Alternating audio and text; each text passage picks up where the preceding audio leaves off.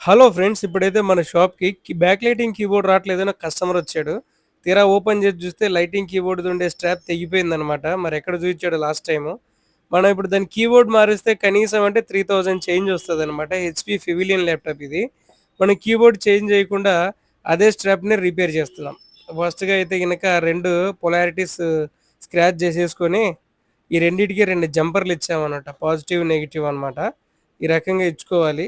చేసే ముందు గూడా ఆ స్క్రాచ్‌లు చేసేటప్పుడు గూడా జాగ్రత్తగా చేయాలి. ఇంకా తెగిపోయిందంటే పనికిరాదు.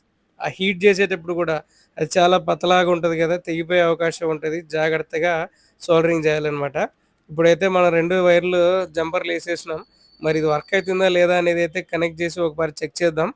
ఇప్పుడైతే మనం దీన్ని కనెక్ట్ చేస్తున్నామండి. ఇటువంటిది ఏదైనా రిపేర్స్ ఉంటే మాత్రం మన దగ్గర రండి. ఇది కర్నూల్ అనమాట. హింజ్ రిపేర్ల దగ్గర నుంచి అన్ని రకాల రిపేర్లు చేస్తాం. మనమైతే ఆన్ చేసి చూద్దాం ఇప్పుడు వచ్చిందా రాలే అని. ఓకే. బ్యాటరీ రీసెట్ అడిగింది. హెచ్‌పీ లోగో పడిపోయిందనమాట. ఓపెన్ అయింది. పాస్‌వర్డ్ కొడదాం. దీన్ని చక్కగా చెక్ చేస్తే సక్సెస్ మళ్ళీ. బ్యాక్ లైటింగ్ కీబోర్డ్ అయితే వస్తుంది. మీకేదైనా రిక్వైర్మెంట్ ఉంటే కాంటాక్ట్ అవ్వండి. Thank you.